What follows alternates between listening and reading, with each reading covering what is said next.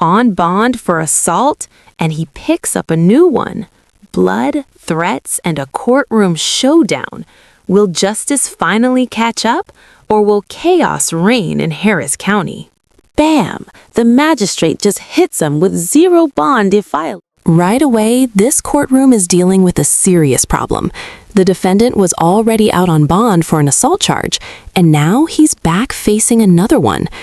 In the justice system, picking up a new charge while on bond is one of the fastest ways to lose a judge's trust. Judges see it as ignoring the court's warning.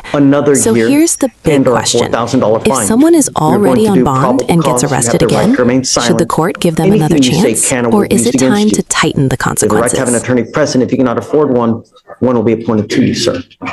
Defendant and the defendant dating relationship. On 11/27/24, officers were dispatched to an assault in progress in Harris County, Texas. Officer met with other officers who had already detained the defendant. The officer spoke to the complaining witness, who stated the defendant pulled her hair at the house and that she felt pain. She stated that they had been driving down Westheimer and the defendant attempted to take her purse that had a flash drive that had fraudulent scam material on it. Complaining witness said the defendant was trying to scam San Jose gas, oil, and the information was on the USB drive. Complainant stated that they started to fight and she scraped her hand on the purse and felt pain. Complaining witness also stated no threats were made and the suspect did not put his hands on her. Defendant stated they were arguing in the car and the complaining witness slapped him twice and scratched him. Defendant stated he felt pain. The witness stated she worked security and she saw the traffic was backed up, so she drove up and saw the complaining witness and the defendant in a stopped car in the street. She said she saw the complainant and the defendant fighting. The complaining witness was trying to exit the vehicle and that's when the defendant pulled some hair. Witness stated the complainant exited and ran across the street and called 911. Officers observed blood on passenger window where complaining witness was sitting. Officers also observed complaining witness to have injuries to both hands. Your Honor, no, the one thing I just wanted to point out was more on the dates, in that apparently he thought that the new case was set for December 5th.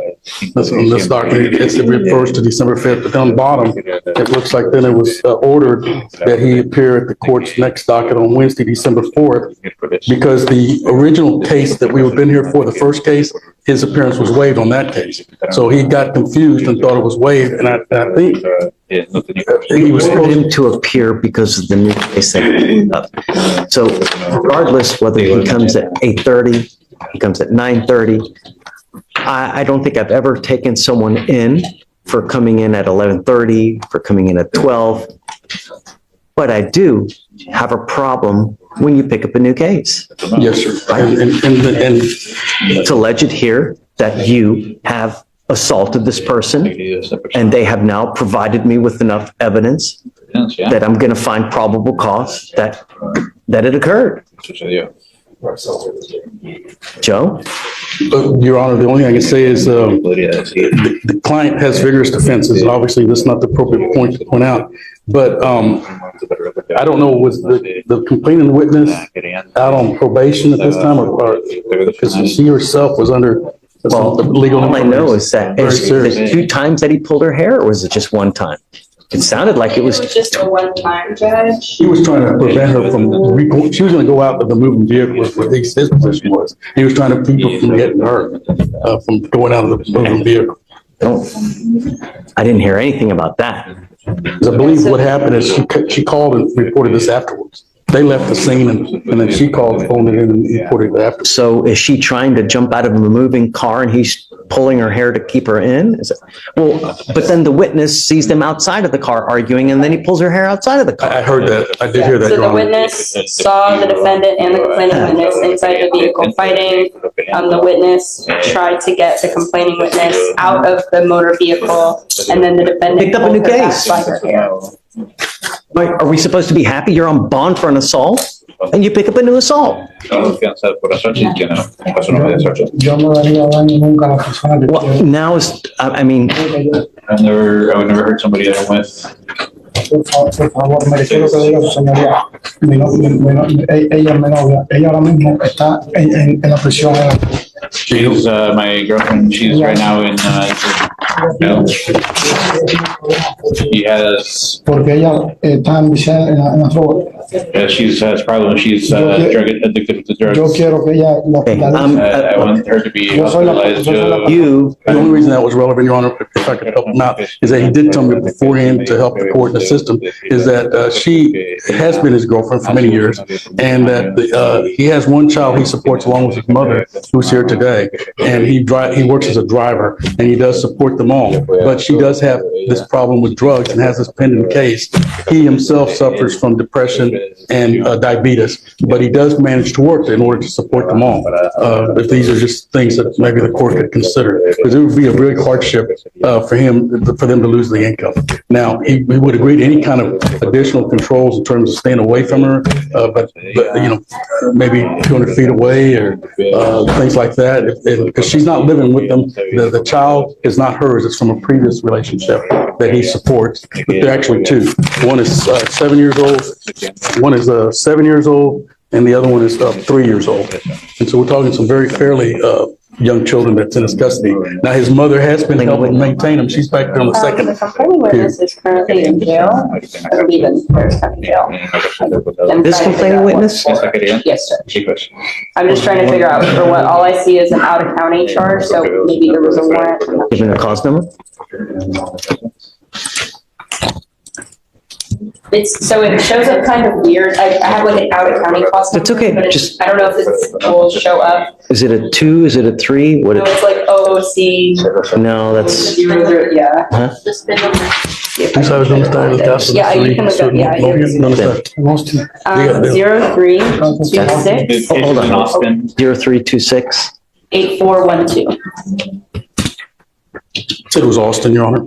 No, it didn't pick up. 0326 8412? Possession of Yes, substance. No, I didn't get it. It says that she's currently in Harris County Jail as of 11/27. Do you have a cause or do you have a spin? It's not, the spin number is, it's 03268412. It doesn't come up on here. 0326. 268412. That's the spin I have. No. For me, it's not coming up. Let me try this. 3. No. It looks like she was booked in, November 28th, but that's everything I see. Booked in what day? November 28th.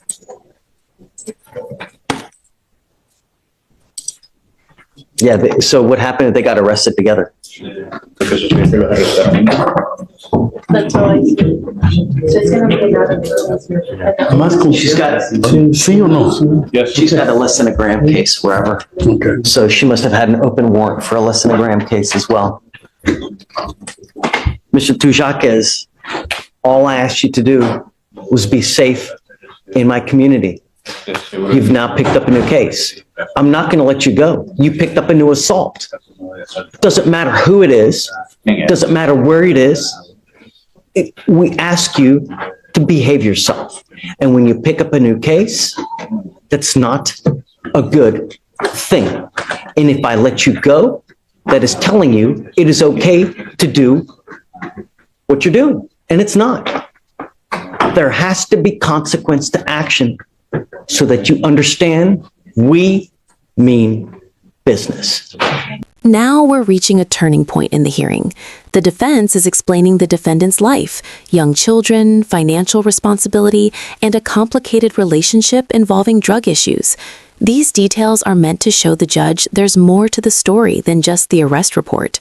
But in court, judges constantly have to balance two things: empathy for someone's personal struggles and the duty to protect the public. Which one wins today? That's the tension you're watching play out right now. You don't think about this after the fact. But I didn't do anything. I wanted to help her. I'm not going to talk to you about the case. I'm not going to know. Now, I will tell you this, that I had already revoked your bonds and I was going to set them both at 10,002, but I won't do that. I'll entertain a lower bond with you, Joe. I mean, what do you think is appropriate? I want you to understand that I'm going to take you in because I want you to understand that public safety is my number one concern. That's it. As a courtesy for your lawyer, and because of what you're saying, I will not set it as high as I was going to, and I will entertain a lower bond. But you picked up a new assault. Your Honor, would you consider $1,500? State, what do you think? Judge, I'm just gonna argue for a general $5,000 bond. This individual is told obviously not to pick up any new cases and at the exact same time case while on bond previously. All right, so what I'm gonna do is I'll split the puppy, okay? And on the new case, he's at 5,000 now on the old case. I'm gonna revoke that PR bond. I'm gonna set that one at 5,001. And then on the new case, I'll do it 3,501 as opposed to 10,002 on both of them. And that is, Joe, you know, I hope that you now understand that we mean business. And no matter what the excuse, no matter who you're with, when you pick up a new case, there are consequences. Yo le prometo que usted no me va a ver más nunca. Problema, yo nada. Promise I won't cause you any more problems. You won't see me for something like this again. I hope you show back up to court. Es serio, ¿no? Es serio. Stay in contact with your lawyer, Sí, claro, claro. Of course. and from now on, De ahora en adelante. as a part of your, Como parte, Le pido una disculpa porque yo el día 4 no tenía mi corte. Jacques, no habla. I want you to listen.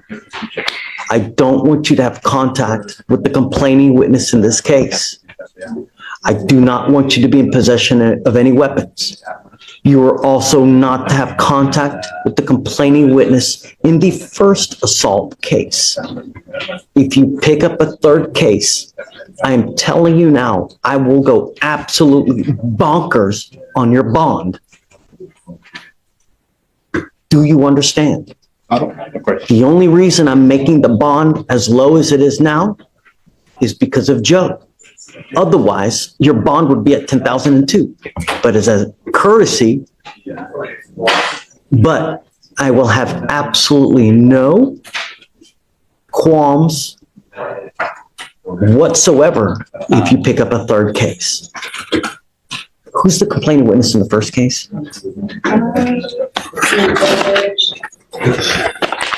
I think he's just an employee of a business at a car dealership. Okay, all right, goes with you. All right, okay, Joe, we'll talk soon. So, hey, he's gonna auto-populate tomorrow. What? Oh, yeah, oh, shit. Can you bring him over here?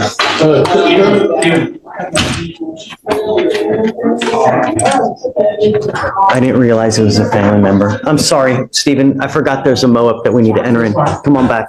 I was gonna speak to him. Are you gonna talk to him? No, Joe, sorry. Where's Luis? Sorry, Luis, I forgot to do the protective order.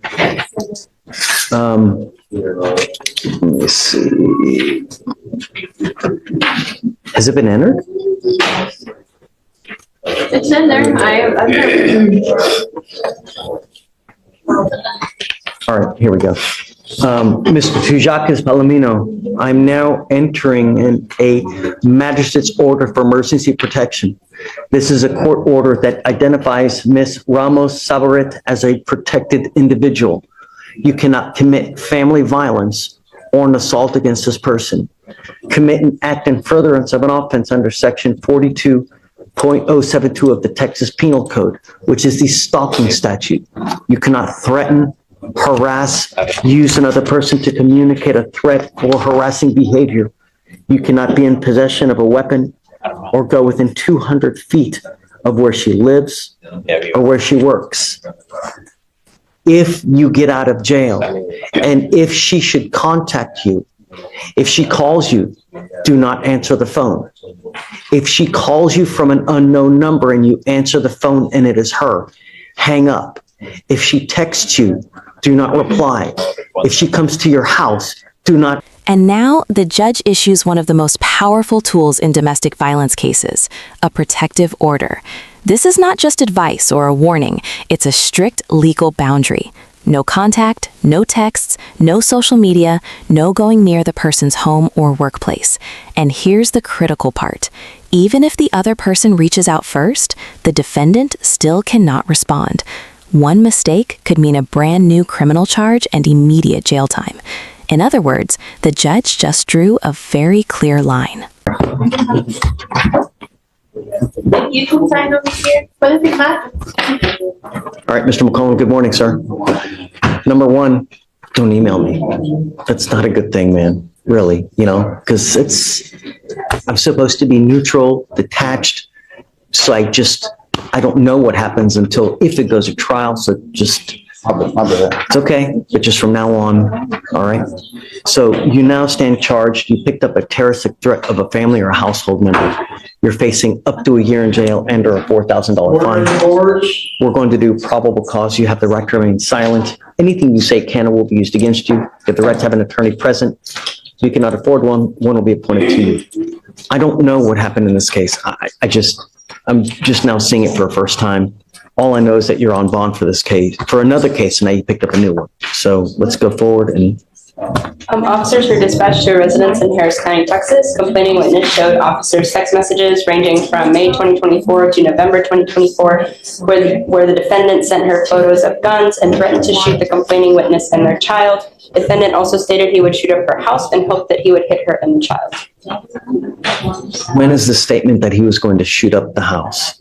Was that from May and that he's just investigating this? Because that's not a terroristic threat.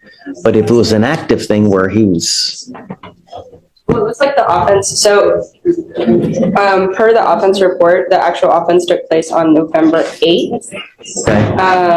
But I believe that she showed them old text messages. Okay, so when was that statement that I'm going to shoot up the house and yada, yada, yada? Sure, take your time. And Judge, while they're looking, it's not alleged when the statement was. And not only that, it's not reported till 3 days later. Furthermore, in the reviewing the text messages that have been submitted, there's not a single text message that has that specific threat in it. Well, I don't know. I mean, it's the state's burden to show, I don't know, but terroristic threat has to be an immediate fear of harm. So I don't see an actual date in the offense report. I personally have not reviewed the text messages in this case, Judge. I don't see a date of the actual threat. That's not a good thing. I mean, who knows when that statement was made? Could have been made 2 years ago. Could have been made yesterday. Yeah, I agree with you, man. I mean, if you don't have anything else, then that's it. Okay, I'm going to find no probable cause. Mr. McCollum, we're not asking much, man. We want our streets to be safe. I'm going to do everything in my power to protect the streets, right? If I find that you're a problem, if they call back and it continues to happen, it's not going to go well. Life is way too short to live in a 6x9 box.